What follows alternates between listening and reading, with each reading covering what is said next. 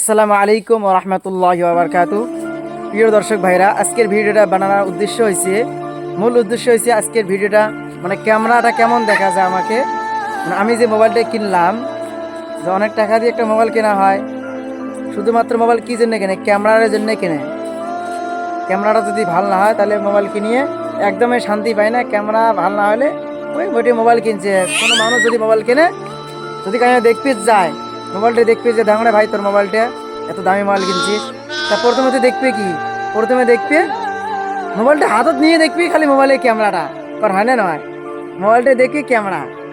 তো দর্শক ভাইয়ারা, আমার ভিডিওটা কেমন হওয়া লাগছে, মানে ক্যামেরাটা কেমন দেখা যায় আমাকে, তা আমি একটু এই বাসতলা নিচে যাই, এইদিকে দেখি কেমন দেখা যায়।